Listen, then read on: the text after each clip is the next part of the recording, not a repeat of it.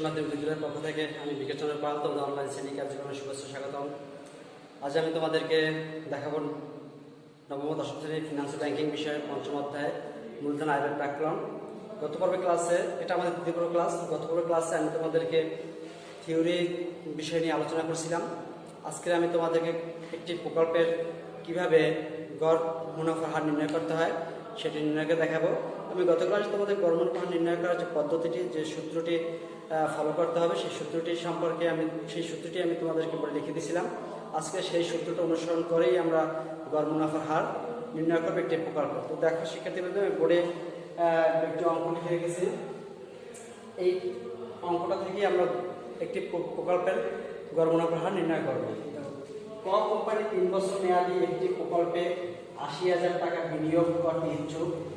আগামী 3 বছর প্রকল্পটি বিক্রয় যথাক্রমে 30,000, 35,000 ও 40,000 টাকা। প্রকল্পটির চলতি খরচ বিক্রয়ের 40% এবং স্থায়ী খরচ প্রতি বছর 10,000 টাকা। প্রকল্পটির বাৎসরিক অপচয় 3,000 টাকা।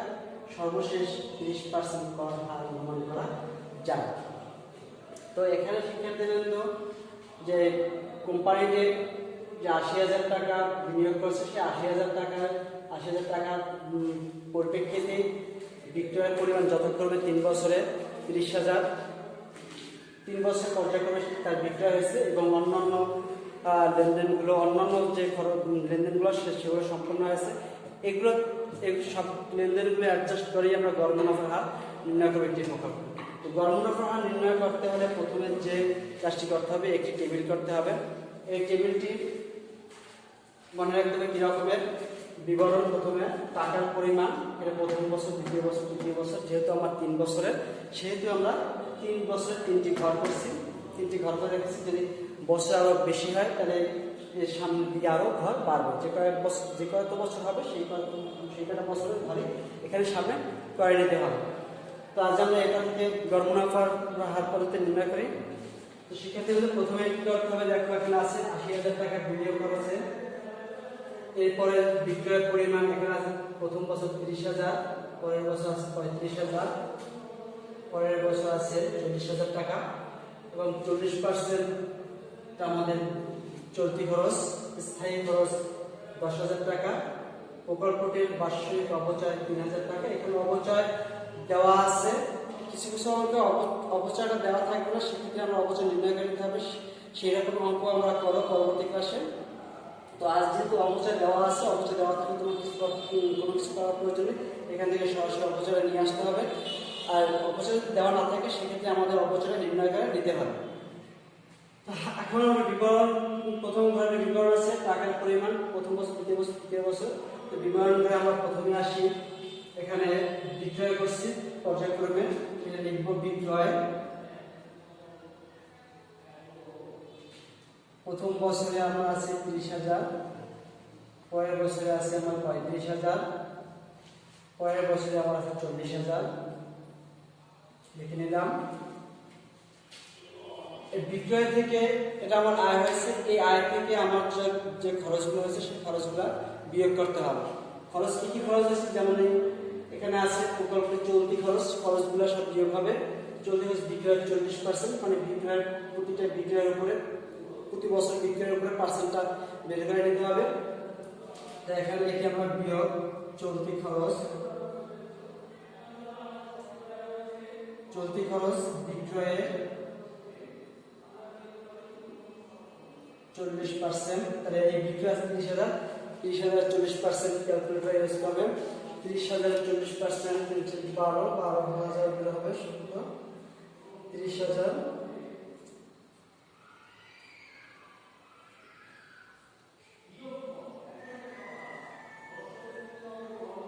12,000,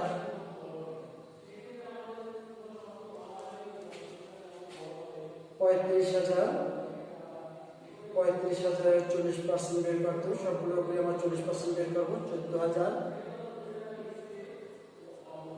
40,000 16,000 বের হবে, 40 16,000।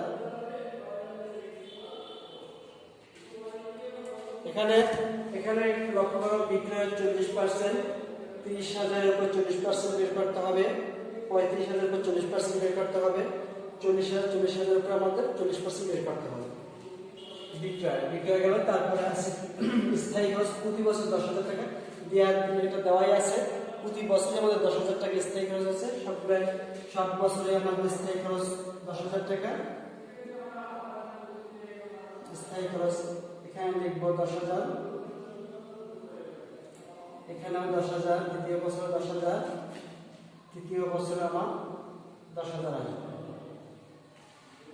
স্থায়ী খরচ লিখলাম। এরপর প্রকল্পটির বার্ষিক অপচয় 3,000 টাকা। বার্ষিক অপচয় প্রতি বছরের উপরে না অপচয় 3,000 টাকা বিয়োগ হবে। অপচয় 3,000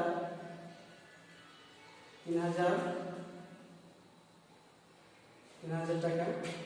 এটাকে আমরা দাগ দিয়ে নেব। বিয়োগ বিয়োগ বিয়োগ তিনটা যে খরচ আছে তিনটা খরচগুলো আমার একত্রে যোগ করে বিক্রয়ের সাথে বিয়োগ করে দেব। তিনটা খরচ একত্রে আমরা যোগ করে বিক্রয়ের সাথে বিয়োগ করে দেব। এখানে আমরা ক্যালকুলেটর ইউজ করব। 12,000 আর 10,000 22,000, 22 আর 3 25,000, 25,000 থেকে 30,000 এখানে থাকবে 5,000, 24 আর 30 27, 35,000 থেকে 27,000 বিয়োগ গেল 8,000, 16 আর 10 26 আর 3 29, 40,000, 40,000 থেকে 29,000, 11,000। এই যে এখন যে ফিগারটা বের হলো এটা হলো যে কর পূর্ব মুনাফা। এটাকে আমরা লিখব কর পূর্ব মুনাফা। কর পূর্ব মুনাফা। এই যে কর পূর্ব মুনাফা বেরিয়েছে, এই মুনাফার সাথে আমরা সর্বশেষ 30% হারে কর হার অনুমান করা যায়, এই কর হারটা বিয়োগ করে দেব। লিখব কর হার 30%। তাহলে 5,000 এর উপরে আবার 30% দিতে হবে। 3 × 5 = 15, 15,000 টাকা। 30% 3,24, 2,400 টাকা। 3,33, 3,300 টাকা। 30% আমার এগুলো বের হয়। তারপর আমরা দেখি একটু ক্যালকুলেটর ইউজ করে। 5,000 গুণ 1,500, 8,000 টাকা, 2,400, ঠিক আছে, 11,000, 3,300 টাকা। এখন এইটা আমি যদি ক্লোজ করে দেই, এখানে আমরা বিয়োগ করব। বিয়োগ করলে আমার আসবে 0,05 আর 1 2 3 3,500 টাকা, 0,6 3 5 5,600 টাকা, 0,0 7 আমরা 4 হবে 7 আমরা 7,700 টাকা। এই দুটো বের হলে এটা আমার বের হবে নেট মুনাফা।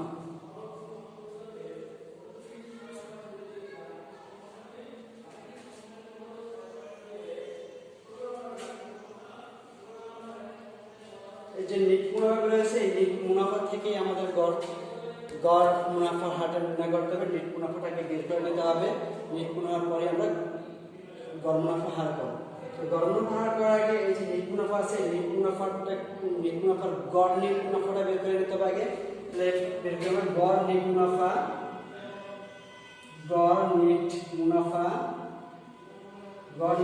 কিভাবে বের করবো? গড় নেট মুনাফা বের করতে হলে এখানে যে মুনাফাগুলো দেওয়া আছে এগুলো যোগ করতে হবে এবং এখানে 3 বছর আছে, যাকে 3 দিয়ে ভাগ করতে হবে। 3,500 যোগ করে নিই। 3,500 যোগ 5,600 যোগ 7,700, এটাকে আমরা 3 দিয়ে ভাগ করব। 3 দিয়ে ভাগ করব কেন? এখানে 3টে বছর দেওয়া আছে, 3 বছর দেওয়ার কারণে আমরা 3 দিয়ে ভাগ করব। এখানে যোগ করে আসবে শূন্য শূন্য 7 7 13 13 5 18 8 হাতে আমার 1 7 1 8 8 5 13 13 8 3 16 এটাকে আমরা 3 দিয়ে ভাগ করব 3 দিয়ে ভাগ করে 3 5 15 3 6 18 5600 টাকা আসবে। যদি আমরা এটাকে ভাগ করি 16800 ভাগ 3 5600 টাকা আসবে। এই লিমিট মুনাফা। এরপরে বের করতে আমার গড় বিনিয়োগ, গড় বিনিয়োগটা কিভাবে বের করবো? গড় বিনিয়োগে আমরা যে বিনিয়োগ করছি আমরা 80000 টাকা, সেই 80000 টাকাটা লিখবো, এটাকে আমরা সবসময় 2 দিয়ে ভাগ করব। গড় বিনিয়োগটা বের করতে হলে এটা আমরা সবসময় 2 দিয়ে ভাগ করব, এটা মনে রাখতে হবে। গড় বিনিয়োগটা সবসময় 2 দিয়ে ভাগ করতে হবে, 2 দিয়ে ভাগ করলে 40000। এখন আমরা সেই গড় মুনাফার যে হার বের করার যে সূত্রটা, সেই সূত্রটি আমরা এখানে লিখব। গড় মুনাফার হার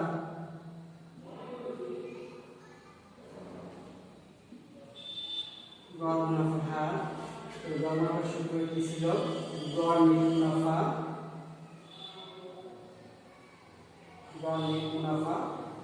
ভাগ হবে গড় বিনিয়োগ গুণ হবে 100। তাহলে এখানে আমার গড় নিট মুনাফা বেড়েছে 5600, গড় বিনিয়োগ হয়েছে 40000 গুণ হবে 100। আমরা এখানে একবারে করে দেব। 5600 সাথে 100 গুণ করে 40000 দিয়ে ভাগ করব, যে কোনো উপায় ভাবেই করা যায়। গুণ 100 ভাগ হবে 40000, 14 আসে 14%। তাহলে গড় মুনাফার হার কোম্পানি 2 বছর মেয়াদে যে প্রকল্পে বিনিয়োগ করছে 80000 টাকা, তার গড় মুনাফার হার 14%। এই মানে ব্যাপার হলো গিয়ে এখানে যে মূলত খেয়াল রাখতে হবে, আমার যে বিক্রয়গুলো হয়েছে সেই বিক্রয়গুলো থেকে খরচগুলো সব বিয়োগ করব, এবং বিয়োগ করার পরে যেটা বের হবে সেটা হলো গিয়া নিট মুনাফা, এবং সেই নিট মুনাফার সাথে কর হারটা বিয়োগ করার পরে আমার বেরোবে নিট মুনাফা। শুধু সেই নিট মুনাফারে আবার গড় নিট মুনাফা বের করতে হবে, গড় বিনিয়োগ বের করতে হবে, তারপর গড় মুনাফার হার সেখানে সূত্রটা লিখে সেই এই মানগুলো বসিয়ে দিলে তোমার গড় নিট মুনাফা বের হবে। তো শিক্ষার্থীবৃন্দ, আজকাল এ পর্যন্ত। আগামী ক্লাসে গড় মুনাফা হারের অন্য আরেকটা অঙ্ক নিয়ে তোমাদের সামনে উপস্থিত হবো। সে পর্যন্ত তোমরা সবাই ভালো থাকো, সুস্থ থাকো, সুন্দরভাবে জীবনযাপন করো। সবাইকে ধন্যবাদ।